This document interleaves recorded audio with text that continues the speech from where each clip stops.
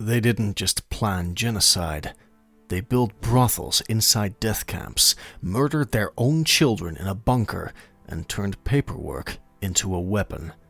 How deep did the sickness inside Hitler's inner circle really go? Heinrich Himmler, the go-to person of Hitler's inner circle, didn't start as one of history's most feared men.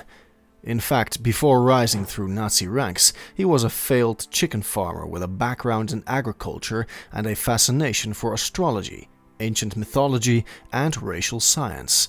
But once he found his place under Adolf Hitler, Himmler quickly transformed into the cold mastermind behind some of the most horrific crimes of the 20th century. As head of the SS, he built an organization devoted to enforcing Nazi racial policies with terrifying precision. What made Himmler particularly dangerous wasn't just his power, it was the way he merged personal beliefs in Aryan supremacy and Nordic mythology with state machinery. He truly believed that Germany's destiny was tied to purifying the race and eradicating those he deemed subhuman. Himmler was responsible for creating the network of concentration and extermination camps across Nazi-occupied Europe. Under his leadership, mass murder became a factory-like operation, with train schedules, death quotas, and medical experiments all running under a horrifying sense of bureaucratic normalcy. He was also the one who institutionalized sexual slavery within the camps, setting up brothels to reward prisoners and troops. Despite orchestrating genocide, Himmler barely showed emotion. He often visited death camps and carried on with formal inspections like it was a routine business trip.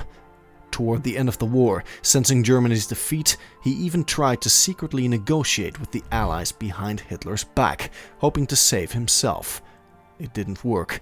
When he was captured in 1945, he took a cyanide capsule and died instantly, escaping trial, but not history. Joseph Goebbels didn't kill with bullets. He did it with words, images, and manipulation. As Hitler's Minister of Propaganda, Goebbels was the voice behind the Nazi machine. He controlled every newspaper, every film, every radio broadcast in Germany. He twisted reality to make the public believe Jews were their enemies, that Hitler was a savior, and that war was a noble cause. Goebbels had a gift for words, but he used it to spread hate and reshape the minds of millions. He made lies sound like truth, and genocide sound like patriotism. He wasn't just a political operator, he was obsessed with power, fame, and most of all, with Hitler himself. His devotion bordered on fanaticism. Even when Hitler lost faith in others, Goebbels stayed by his side until the very end. Privately, Goebbels was a mess of contradictions. He pushed Nazi ideals of moral purity while having countless affairs. His marriage to Magda Goebbels was more like a public alliance, but together they projected the image of the ideal Nazi family. What they did in their final days remains one of the most haunting parts of the Third Reich's collapse. As Soviet troops closed in on Berlin in 1945, Goebbels and his wife killed their 6 children using poison in the Führer bunker. After that, they took their own lives. The fact that he could murder his own children just to remain loyal to a lost cause said everything about how warped his mind had become. Even in death, he tried to preserve the image of a perfect Nazi world, built on delusion and soaked in blood.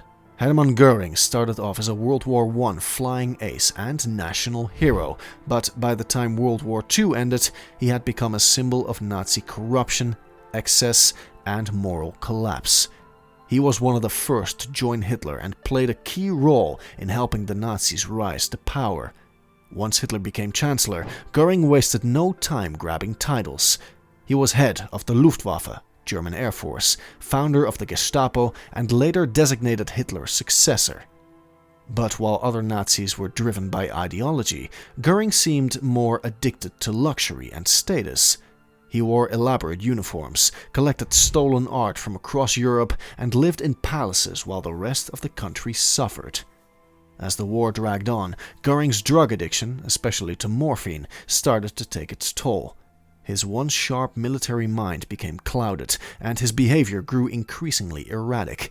Though he was the architect behind the early structure of concentration camps and played a major role in the early persecution of Jews, he became more of a fading star as the war continued. Hitler began losing trust in him, especially after Göring tried to take control when he thought Hitler was dead during the bombing of Berlin. That move infuriated Hitler and marked the end of Göring's influence. After the war, Göring was captured and stood trial at Nuremberg. Found guilty of crimes against humanity, he was sentenced to hang. But just before his execution, he took a cyanide pill, choosing to die on his own terms, still clinging to control, even at the very end. Martin Bormann didn't give speeches. He didn't wear flashy uniforms. Most Germans didn't even recognize his face, but behind the scenes, Bormann was one of the most powerful men in the Third Reich.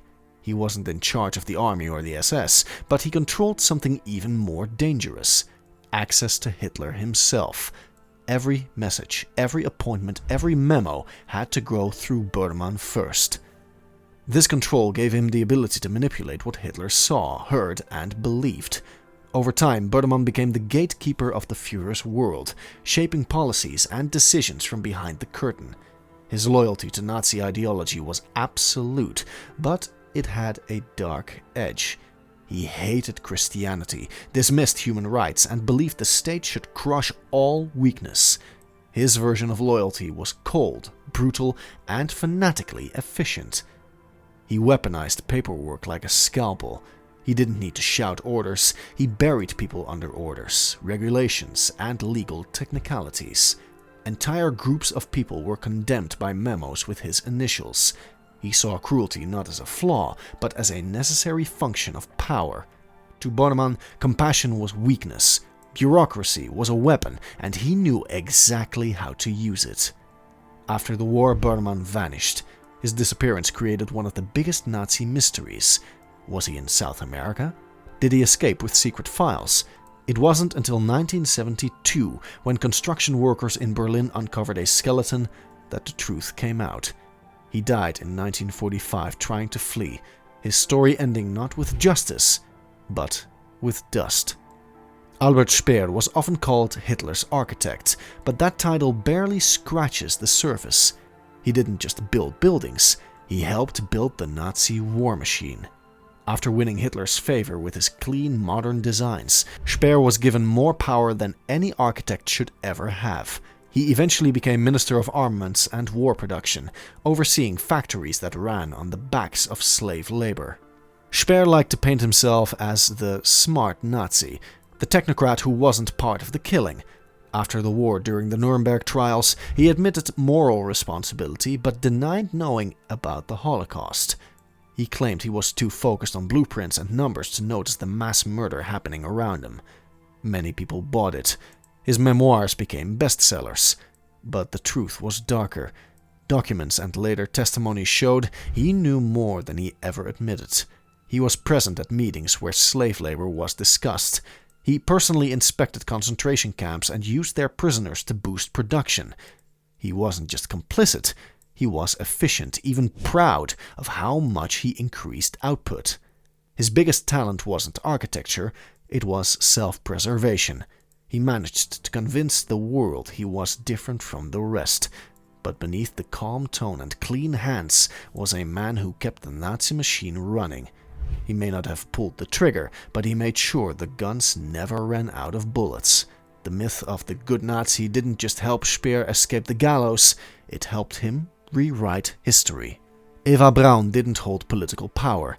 She wasn't a soldier or a party leader. She was Hitler's girlfriend, tucked away in the background of Nazi history. But her story says a lot about what happens when someone chooses comfort and fantasy over conscience. She knew what was happening. She heard the stories. She just chose to ignore them and stay.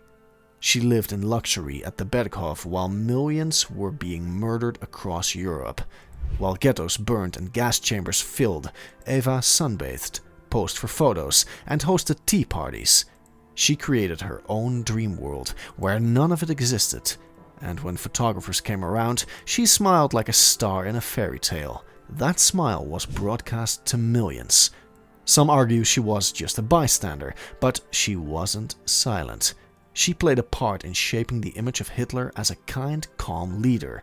Her life was filled with denial, but that denial helped soften the image of the Nazi regime. She turned horror into normalcy by pretending it wasn't real, and she stayed with Hitler not out of fear, but out of love. In one of the most disturbing chapters of Nazi history, the SS didn't just kill and torture, they set up brothels inside concentration camps. These weren't isolated horrors, they were part of a cold, organized system created by Heinrich Himmler to control, humiliate, and reward. In Himmler's eyes, sex could be weaponized. It was a way to maintain discipline, boost morale, and reinforce Nazi racial ideology, all while treating women like disposable property.